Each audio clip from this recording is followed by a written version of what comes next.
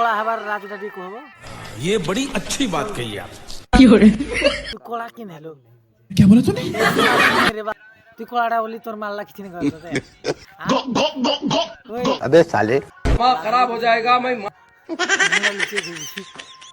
তোতে খুশি রে তোর মাল্লা ডামর কাউটা খুঁজবো না